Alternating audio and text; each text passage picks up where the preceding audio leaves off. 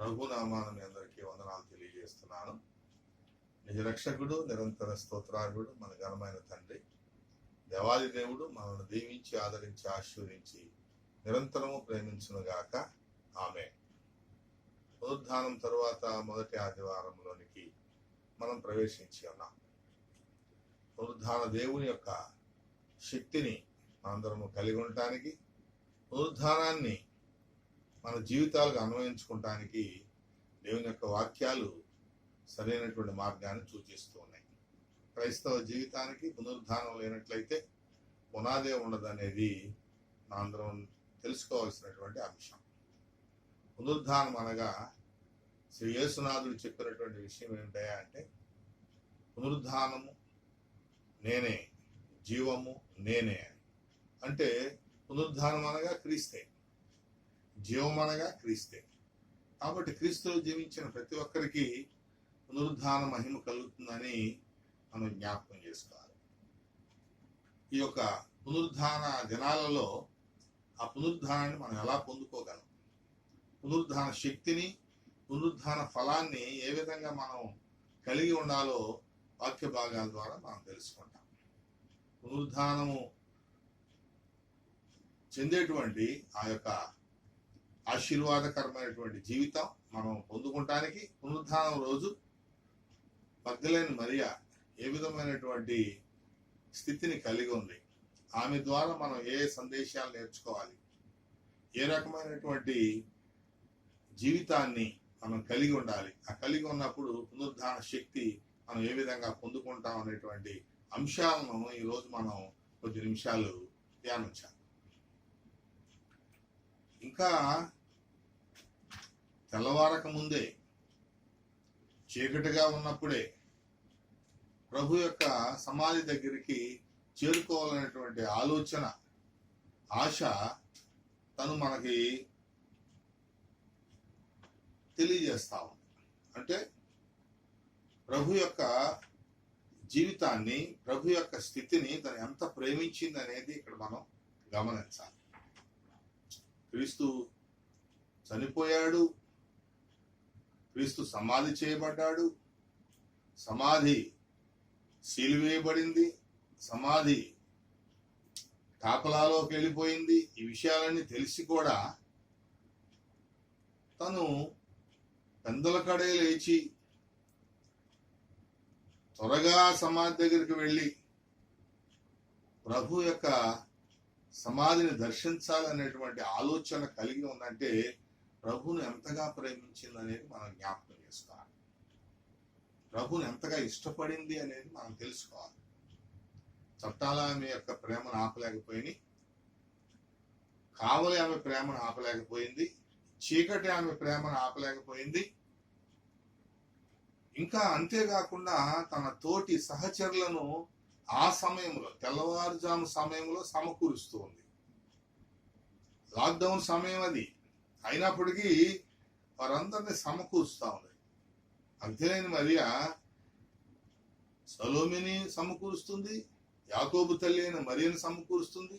ఆ సమయంలో వారందరినీ సమీకరించి ప్రభు యొక్క సమాధి దగ్గరికి నడిపించేటువంటి ఆలోచన ప్రభుని ఎంతగా ప్రేమించింది అనేది మనం జ్ఞాపకం చేసుకోవాలి. అంతగా ప్రేమించటం వల్లే ఈ కార్యక్రమాలన్నీ ఆమె చేయగలుగుతుంది.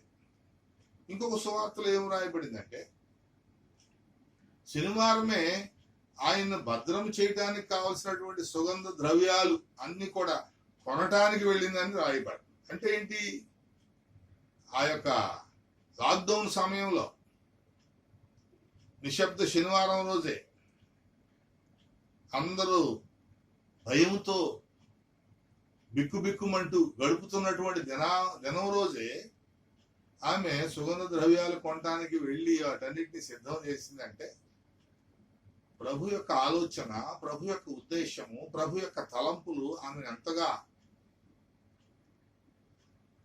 నిలబడినాయో, ఎంతగా ఆమెలో కలిసిపోయినాయో మనం జ్ఞాపకం చేసుకుంటూ దీని గురించి ఒక చక్కని పాఠాన్ని కూడా మనం నేర్చుకోవాలి. ఇంకొక విషయం, ఆ సమాధి దగ్గరికి త్వరగా వెళ్ళి ఆ సమాధి యొక్క రాయి తీసి ఉన్నప్పుడు, రాయి మీద దూతలు కూర్చొని ఉన్నప్పుడు జరిగినటువంటి సంభవం ఏమిటంటే భూకంపం కూడా జరిగింది. అంటే ఈమె యొక్క భూకంపాన్ని కూడా తట్టుకుని నిలబడేంత ప్రేమ కలిగింది. ప్రకృతి వైపరీత్యం వచ్చినా, ప్రకృతి సహకరించకపోయినా నేను క్రీస్తునాథుని చూడాలి అనేటువంటి ఉద్దేశము, ఆ ఉద్దేశములో ఉన్న ఆ గొప్ప ప్రేమను మనం గమనించాలి. ఇంకొక విషయం ఏంటంటే అక్కడ దూతల యొక్క మహిమ ప్రభావానికి, వెలుగుకు అక్కడ ఉన్న కావలి వారందరూ చచ్చినట్టుగా పడిపోయినా సరే ఆ మహిమను తట్టుకుని నిలబడేంత శక్తి దీనిలో మనం చూస్తున్నాం. దూతల యొక్క ప్రభావాన్ని తట్టుకుని నిలబడేంత క్రీస్తు ప్రేమ ఈమెలో ఉందని మనం జ్ఞాపకం చేసుకోవాలి. చాలా మంది బోధకులు ఈమె బలహీనమైనటువంటి స్థితిలో ఉంది, ప్రభువును గుర్తించలేదు, ప్రభు లేచి ఉన్నాడంటే నమ్మలేదు అనేటువంటి రకరకాల వ్యాఖ్యానాలు చేస్తూ ఉంటారు. కానీ పరలోకం నుంచి దిగి వచ్చినటువంటి దేవదూతల యొక్క శక్తిని తట్టుకుని నిలబడేటువంటి గొప్ప ప్రేమ ఈమెలో కనిపిస్తుంది. అంతేకాకుండా దూతలతో మాట్లాడేటువంటి సాహసం చేసేటువంటి స్థితి కూడా ఈమెలో మనం చూస్తూ ఉన్నాం. ఇవన్నీ కూడా ప్రభువుని ఆమెను విడదీసేటువంటి స్థితి ఎక్కడ మనకు కనిపించట్లేదు. అంతగా క్రీస్తులో జీవించినట్లుగా చూస్తున్నాం. అంతకు ముందు జీవితాన్ని చూసినట్లయితే ఆ లోకములో, లోకాశలతో, లోక పాపములో మగ్గిపోతూ 7 రకాల స్థితిగతులు కలిగి, కామ, క్రోధ, లోభ, మోహ, మదమాత్సర్యాలన్నీ కలిగి ఆ 7 దయ్యాలు పట్టుకుని జీవిస్తున్నటువంటి ఆ స్థితి నుండి ఎప్పుడైతే క్రీస్తు ఆమెను విడిపించాడో, క్రీస్తు ప్రేమపూర్వమైనటువంటి స్థితి, ప్రేమపూర్వమైన మాటలు ఆమెతో మాట్లాడాడో, ఆ మాటలకు ఆమె తన జీవితాన్ని పూర్తిగా మార్చుకుని క్రీస్తును అంతగా ప్రేమించింది. క్రీస్తు కొరకు తన యావదాస్తిని ఖర్చు పెట్టింది. పరిచర్య కొరకు ముందుంది. ప్రతి కార్యములో నేను ఉన్నానని ప్రభు యొక్క పరిచర్యలో, సేవలో తోడ్పాటుగా ఉంటూ అంతగా విడదీయరాని ప్రేమ అనుబంధాలు కలిగి ఉన్నటువంటి మగ్దలేనే ఆ యొక్క రాయిని అసలు ఎలా తీయాలి, తొలగించాలని కూడా ప్లాన్ చేసేటువంటి సాహసమైనటువంటి ఆలోచనలు చేశారు. అంటే ఎంతగా దేవుని ప్రేమించిందో, ఎంతగా దేవునిలో ఉందో మనం జ్ఞాపకం చేసుకోవాలి. ప్రియమైనటువంటి దేవుని బిడ్డలారా, ఇంకా ఆ ప్రభు లేచి ఉన్నాడు, సమాధి తెరిచి ఉంది, రాయి పొర్లించి ఉంది అని తెలుసుకుని ఆ శిష్యులు తిను సమకూర్చినటువంటి స్త్రీలు కూడా వెళ్ళిపోతే ఒక్కతే నిలవబడి ఆ సమాధి వైపు చూస్తూ దుఃఖిస్తున్నట్లుగా చూస్తాం. అంటే ఆయన కనపడకపోయినా సరే తన యొక్క స్థితి అక్కడే నిలవబెట్టుకుని ఒక్కతే నిలవబడి, సహజంగా మనం అనుకుంటాం స్త్రీలు అబలలు, స్త్రీలు బలహీనులు, లేకపోతే స్త్రీలు మట్టి కొండ లాంటి వారు, ఘటము వంటి వారు అని చెప్పి ఏమేమో రకరకాలుగా మాడుకుంటూ ఉంటాం. కానీ ఆ తిరుగుబడిన సమాధి ముందు ఒక్కతే నిలువబడి ప్రభు కొరకు దుఃఖిస్తూ కనిపెడుతూ ఉన్నట్లుగా చూస్తాం. అంటే ఎంత విడదీయరాని ప్రేమ ఆమెలో మనం చూస్తున్నామో జ్ఞాపకం చేసుకోవాలి. ప్రియమైనటువంటి దేవుని బిడ్డలారా, అక్కడ అంత సాహసము చేస్తూ తన యొక్క ఆ దేవుణ్ణి ఎవరైనా తీసుకెళ్లిపోయారేమో అని కూడా అనుమానిస్తున్నాడు. అనుమానించేంతగా దేవుని ప్రేమించాడు. ఆ దేవుని ఎవరైనా దొంగిలించారా, ఎవరైనా తీసుకెళ్లిపోయారా అని అక్కడ ప్రభు నిలిచి ఉండటం చూసి తోటమాలి అనుకుని, అయ్యా ఒకవేళ నీవు గనక నా ప్రభువుని తీసుకుని వెళ్తే నాకు చెప్పు, నేను ఆయన్ని మోసుకుని పోతాను. ప్రభువును మోసుకుని వెళ్ళేంత శక్తి, మోసుకుని వెళ్ళేంత సాహసం ప్రతికూల పరిస్థితుల్లో, కావలి ఉన్న పరిస్థితుల్లో, చట్టం వ్యతిరేకంగా ఉన్న పరిస్థితుల్లో ప్రభువును కూడా మోసుకుని వెళ్ళాలి అనేటువంటి సంకల్ప బలం తీసుకుందంటే క్రీస్తుని ఎంతగా ప్రేమించిందో మనం గమనించి ఆ విధమైనటువంటి స్థితి ఏమైనా మనలో ఉన్నాయా, ఇటువంటి నిర్ణయాలు తీసుకునేటువంటి ఆలోచన మనం కలిగి ఉన్నామా, క్రీస్తును ఆ విధంగా ఎప్పుడైనా మనం ప్రేమించాలనేటువంటి కనీస ఆలోచనలకు వెళ్ళామా అనేది ఒకసారి మనం తెలుసుకోవాల్సినటువంటి ఆవశ్యకత ఎంతైనా ఉందని ఈ సమయంలో ప్రియమైన దేవుని బిడ్డలకు తెలియజేస్తున్నాను. ప్రియమైన దేవుని బిడ్డలారా, అంతేకాకుండా మొట్టమొదటిగా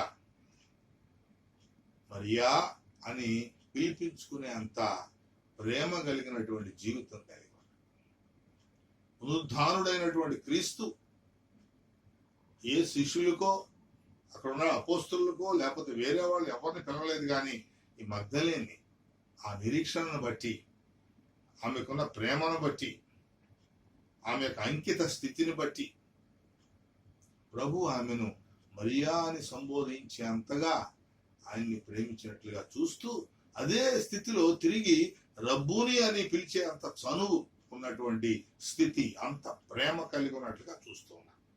దీన్ని బట్టి మనం నేర్చుకోవాల్సినటువంటి పాఠం ఏంటంటే, మొదట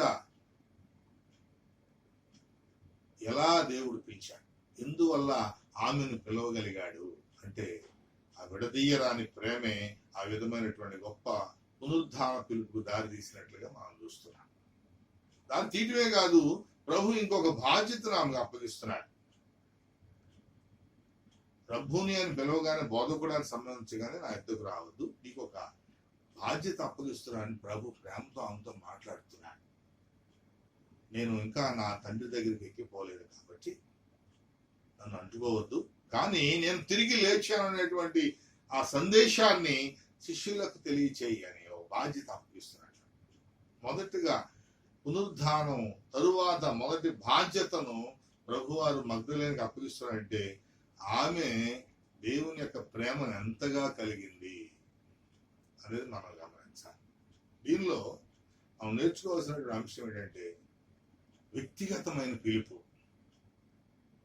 వ్యక్తిగతమైనటువంటి సందేశం, వ్యక్తిగతమైన సాక్ష్యం, వ్యక్తిగతమైన పునరుద్ధాన శక్తి, వ్యక్తిగతమైనటువంటి క్రీస్తు యొక్క ప్రేమను కలిగి ఉండటం. ఈ 5 అంశాలు ఈమెలో మనం చూస్తున్నాం. ఈ 5 అంశాలు పునరుద్ధాన దేవుడు ఆమెకు ఇచ్చినటువంటి గొప్ప ప్రత్యక్షత,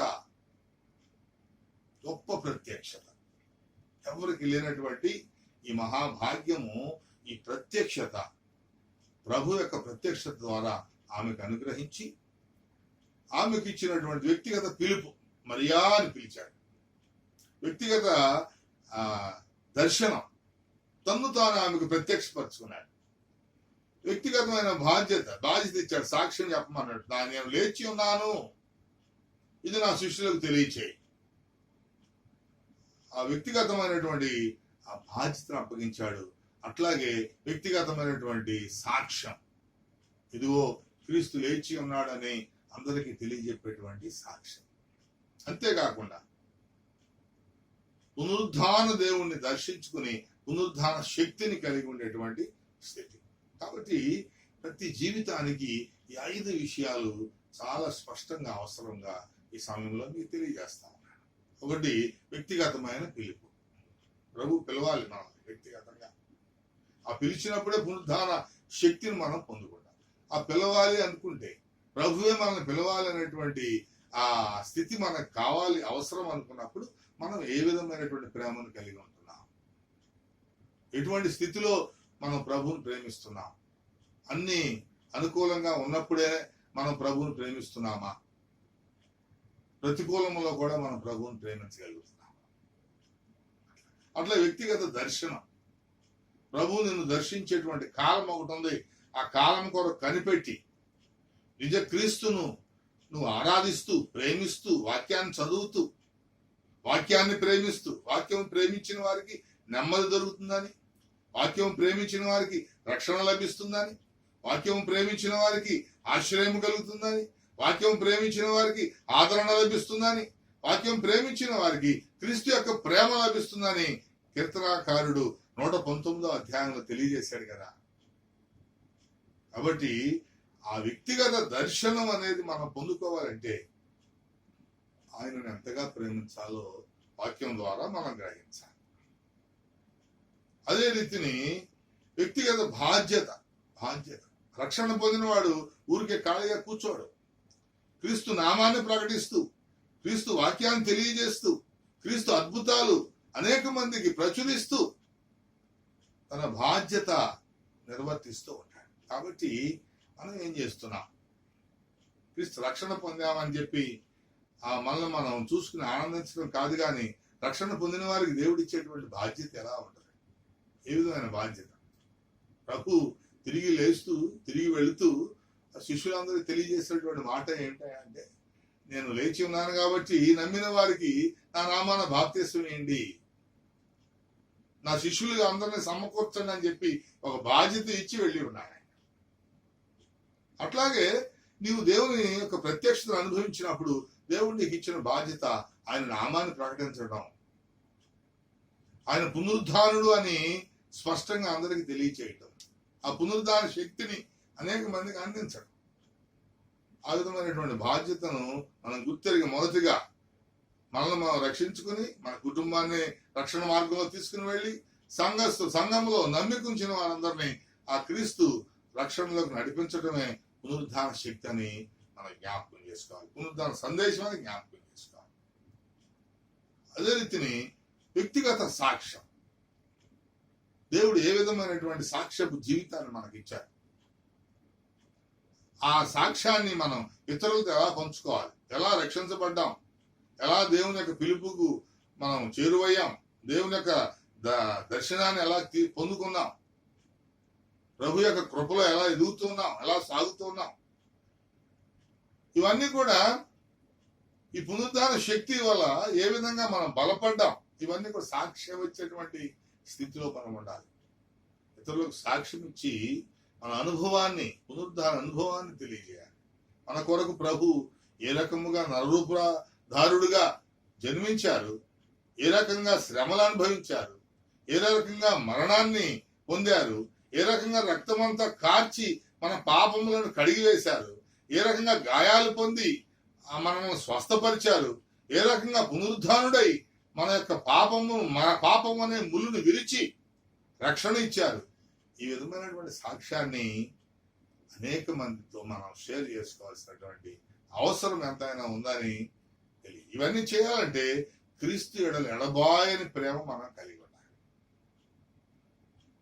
ఎడబాయనటువంటి ప్రేమ ఇటువంటిది పెందలకడే ప్రభు దగ్గరికి వచ్చి పెందలకడే ప్రభు యొక్క పాదాల సన్నిధిలో మనం మోకరించాలి. ప్రభు ఇర్మియా గ్రంథంలో రాయించినట్లుగా, నేను పెందలకడే నా బిడ్డల యొద్దకు వచ్చి మేల్కొల్పుతున్నాను కానీ వారు నా మాట విననొల్లరైతిరి అని చెప్పి ప్రభు మాట్లాడుతున్నాడు. ఎక్కువనే లగాలి మన పసిబిడ్డల కొరకు, వారి ప్రాణాల కొరకు, వారి రక్షణ కొరకు, వారి ఎదుగుదల కొరకు కడవన కృమ్మరించినట్లుగా మా హృదయాన్ని కృమ్మరించాలి. ఇది ఆయన పట్ల ప్రేమ ఉన్నప్పుడే ఇటువంటి జరుగుతుంది, అంకిత భావం ఉన్నప్పుడు ఇటువంటి జరుగుతుంది, మనల్ని మనం ప్రభువులో సమర్పించుకున్నప్పుడు ఇటువంటి జరుగుతున్నాయని జరుపుకోగలమని మనం జ్ఞాపకం చేసుకోవాలి. తరువాత పునరుద్ధాన శక్తి,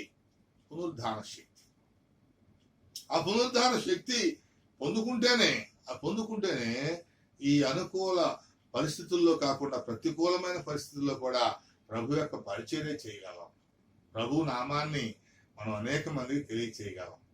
ఆ పునరుద్ధాన బలం ఆ విధంగా మనల్ని ముందుకు తీసుకెళ్తూ ఉంది. కాబట్టి మగ్ధలేని జీవితాలు మనం చూసినప్పుడు ఒక గొప్ప సాహసిగా కనిపిస్తా ఉంది, ధైర్యశాలిగా కనిపెడతా ఉంది, ఆ సంకల్ప బలం కలిగిందిగా కనపడతా ఉంది.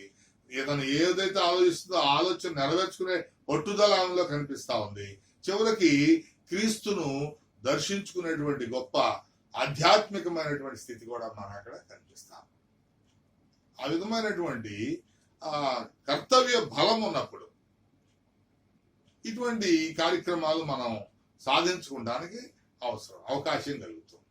కాబట్టి ప్రియమైన దేవుని బిడ్డలారా, ఏ పని లేనప్పుడు దేవుని దగ్గరికి రావటమో, లేదా తీరుబాటుగా ఉన్నప్పుడు ప్రభువుని దర్శించుకుంటామో, లేదా ఏ విధమైనటువంటి ఎటువంటి కార్యకలాపాలు లేకుండా ఉన్నప్పుడు బైబిల్ చదువుకుంటామో కాదు, కానీ క్రీస్తుడల ఒక నిశ్చలమైన ప్రేమ కలిగి, ఎడబాయని ప్రేమ కలిగి మనం దేవునిలో ముందుకు సాగాలని ఈ సమయంలో మీ అందరికీ తెలియజేస్తున్నాం. దేవుని యొక్క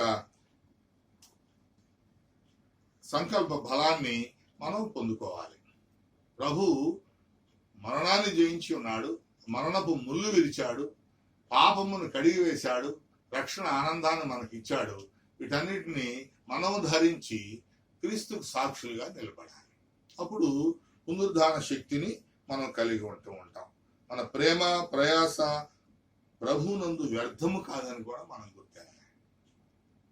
ప్రభు కార్యాభివృద్ధి అందు ఆసక్తులమై ఉండటం కూడా దీనిలో ఒక ముఖ్యమైనటువంటి విషయంగా మనకు కనిపిస్తుంది. కాబట్టి ప్రియమైన దేవుని బిడ్డలారా, మన ప్రేమ దేవుని పట్ల ఏ విధంగా ఉంది, ఏ విధంగా మనం దేవుని ప్రేమించగలం, అన్ని ఉన్నప్పుడు, అన్ని సమకూర్చినప్పుడు, దేవుడు మనల్ని దీవిస్తున్నప్పుడు, మనం అనుకున్నవన్నీ జరుగుతున్నప్పుడు దేవుని పట్ల ప్రేమ ప్రదర్శించడం కాదు, కానీ ఏ స్థితిలోనైనా, ఎటువంటి పరిస్థితుల్లోనైనా ప్రభువు పట్ల అపారమైన ప్రేమను కలిగి మనం ముందుకు సాగడానికి అద్భుతమైనటువంటి ఆదరణ, అద్భుతమైనటువంటి ఆశీర్వాదం, అద్భుతమైనటువంటి కృప, అద్భుతమైనటువంటి పునరుద్ధాన బలం, ఇవన్నీ మన యొక్క జీవితాల్లో నింపుకుంటానికి ఈ యొక్క అపారమైనటువంటి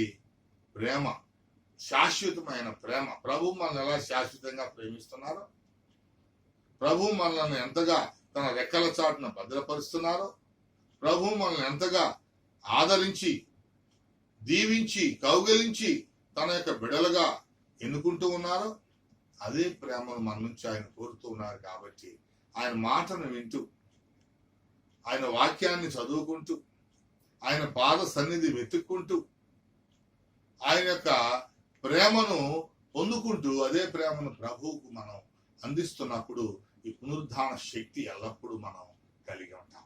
పునరుద్ధాన బలమే క్రీస్తులో మనం స్థిరులుగా ఫలింపజేస్తుంది. పునరుద్ధాన శక్తే ఆ తండ్రి దగ్గరికి మనల్ని తీసుకుని వెళ్తుంది. అందుకే ప్రభువారు చెప్పినట్లుగా పునరుద్ధానమును జీవమును నేనే, నా ద్వారా తప్ప తండ్రి వద్దకు ఎవ్వరు వెళ్ళరు అని. కాబట్టి ఈ క్రీస్తు ద్వారానే తండ్రి వద్దకు మనం వెళ్ళాలి. కాబట్టి ఆ పునరుద్ధానము, ఆ జీవము మనం కలిగి ఉండి నిరంతరం ప్రభువుకు నమ్మకంగా ముందుకు సాగడానికి ఆయన కృప నిరంతరం మనకు తోడైండును గాక. ఆమేన్. దేవుడు మనల్ని దీవించి, ఆదరించి, ఆశీర్వదించి తన కృపలో భద్రపరచును గాక. పునరుద్ధాన మహిమ నిరంతరం మనందరికి తోడైండును గాక. ఆమేన్.